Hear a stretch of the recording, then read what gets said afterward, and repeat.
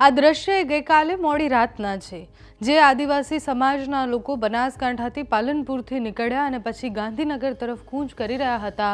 એ લોકોની અટકાયત કરવામાં આવી છે. જાતિના દાખલા સહિતની વિવિધ માંગણીઓ સાથે છેલ્લા 3 વર્ષથી એનો કોઈ ઉકેલ ન આવતા બનાસકાંઠાના આદિવાસી સમાજના લોકો રસ્તા પર ઉતર્યા હતા. પાલનપુરથી ગાંધીનગર સુધી 131 કિલોમીટરની પદયાત્રાની શરૂઆત કરી, જે ગાંધીનગર પહોંચી અને મુખ્યમંત્રીને રજૂઆત કરવાની હતી.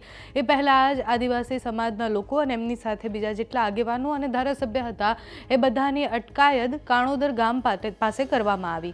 દાતાના ધારાસભ્ય કાંતિ ખરાડી જ્યારે આ પદયાત્રા શરૂ થઈ ત્યારથી એમાં જોડાયેલા હતા. એમનું એવું કહેવું છે કે લાંબા સમયથી જિલ્લા કક્ષાએ રજૂઆત કર્યા છતાં પણ જાતિના દાખલાની સમસ્યાનું કોઈ નિરાકરણ નથી આવતું.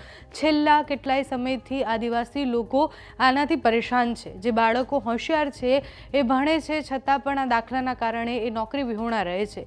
ગુલાબસિંહ રાજપૂત પણ આ યાત્રામાં જોડાયા હતા, જિગ્નેશ મેવાણી પણ જોડાયા હતા અને યાત્રાની જ્યારે અટકાયત થઈ તેના દ્રશ્ય પણ દેખાઈ રહ્યું છે કે કેવી રીતના પોલીસે બધા લોકોની અટકાયત કરે છે.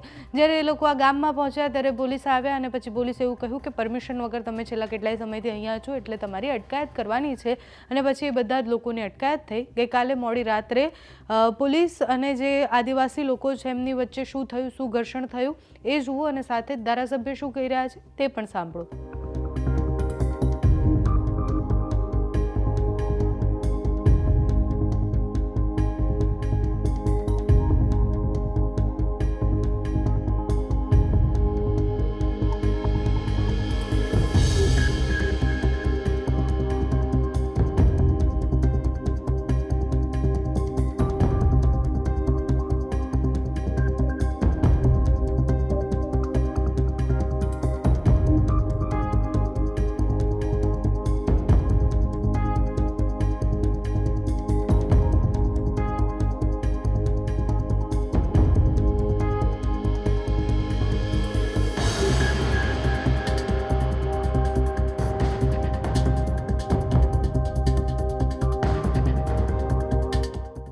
બબ્બે વર્ષ થઈ ગયો, દાખલા ના મળ્યા તો અમે આટલા દિવસ તો રાહ જોઈને બેઠા હતા. હવે પણ અહીંયાથી બેસું તો અમને કોઈ ફરક પડવાનો નથી.